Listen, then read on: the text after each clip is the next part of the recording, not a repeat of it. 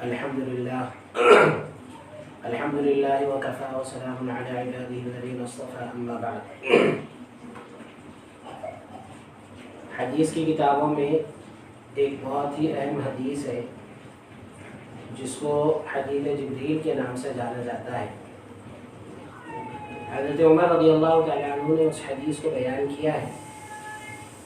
حضرت عمر رضی اللہ تعالیٰ عنہ فرماتے ہیں کہ ہم لوگ نبی کریم صلی اللہ علیہ وسلم کی مجلس میں بیٹھے ہوئے تھے کہ ایک اجنبی مسافر آ کر ہمارے درمیان میں بیٹھ گیا اور نبی کریم صلی اللہ علیہ وسلم سے اتنا قریب ہو کر بیٹھا کہ آپ کے گھٹنوں سے اپنے گھٹنے لگا دیے اور اپنی رانوں پر یا نبی کریم صلی اللہ علیہ وسلم کی رانوں پر اپنے دونوں ہاتھ رکھ دیے. حضرت عمر فرماتے ہیں کہ وہ آدمی ایسا اجنبی تھا کہ مدینہ منورہ کے اندر کوئی اس کو جانتا بھی نہیں تھا اور ایسا لگ بھی نہیں رہا تھا کہ یہ کوئی دور دراز سے سفر کر کے آیا ہے. چنانچہ اس شخص نے آ کر نبی کریم صلی اللہ علیہ وسلم سے چند سوالات کیے. سب سے پہلا سوال ایمان کے بارے میں کیا، آپ نے اس کا جواب دیا. دوسرا سوال اسلام کے بارے میں کیا، آپ نے اس کا جواب دیا. تیسرا سوال احسان کے بارے میں کیا، آپ نے اس کا بھی جواب دیا. چوتھا سوال قیامت کے بارے میں کیا کہ قیامت کب آئے گی. تو رسول اللہ صلی اللہ علیہ وسلم نے ایک جواب یہ دیا. آپ نے فرمایا مَا الْمَسْئُولُ عَنْهَا بِأَعْلَمَ مِنَ السَّائِلِ، کہ قیامت کے بارے میں جس سے پوچھا جا رہا ہے وہ بھی اتنا ہی جانتا ہے جتنا کہ پوچھنے والا جانتا ہے. یعنی پوچھنے والے کو قیامت کے بارے میں جتنا معلوم ہے اتنا ہی اس شخص کو بھی قیامت کے بارے میں معلوم ہے جس سے پوچھا جا رہا ہے. یعنی آپ صلی اللہ علیہ وسلم کو بھی قیامت کے بارے میں اتنا ہی معلوم ہے جتنا کہ پوچھنے والے جو آنے والے صاحب ہیں ان کو معلوم ہے. تو پھر اس شخص نے سوال کیا کہ آپ قیامت کی کچھ علامتیں بتائیے. آپ صلی اللہ علیہ وسلم نے قیامت کی علامتیں دو تین ارشاد فرمائی.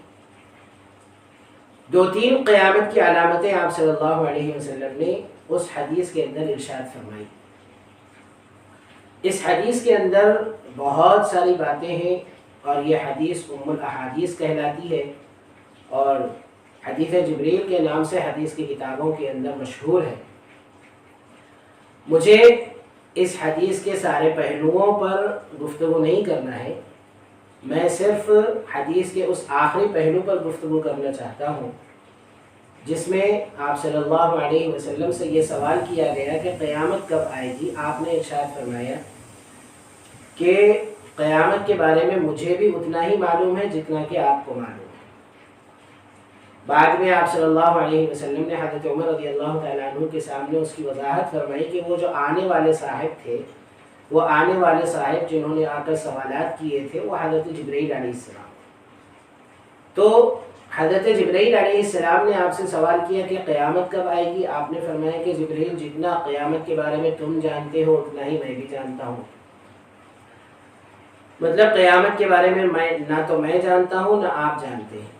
اللہ تبارک و تعالیٰ نے قرآن پاک کے اندر اس بات کو واضح فرما دیا کہ قیامت کا علم اللہ کے سوا کسی کو نہیں.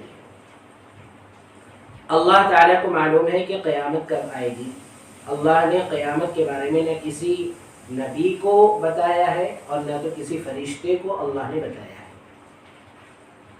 البتہ ہمارے اور آپ کے آقا حضرت محمد مصطفیٰ صلی اللہ علیہ وسلم نے قیامت کی بہت ساری علامتیں ہمارے سامنے ذکر فرمائی ہیں. اتنی علامتیں آپ صلی اللہ علیہ وسلم نے ذکر فرمائی اور وہ علامتیں جو آپ نے حدیثوں کے اندر ذکر فرمائی وہ علامتیں آج ہم اپنی آنکھوں سے دیکھ رہے ہیں. ایسا لگتا ہے کہ آپ صلی اللہ علیہ وسلم اس زمانے کے اندر موجود ہے اور آپ اس زمانے کی منظر کشی فرما رہے ہیں. تو آپ صلی اللہ علیہ وسلم نے قیامت کی بہت ساری علامتیں بتائیں. اب یہ علامتیں آپ نے کیوں بتائیں؟ اس کی وجہ علماء یہ فرماتے ہیں کہ آپ صلی اللہ علیہ وسلم نے قیامت کی علامتیں اس لیے بتائی کہ قیامت کی علامتوں میں سے بعض علامتیں تو ایسی ہیں جو اختیاری ہیں اور بعض علامتیں ایسی ہیں جو غیر اختیاری ہیں۔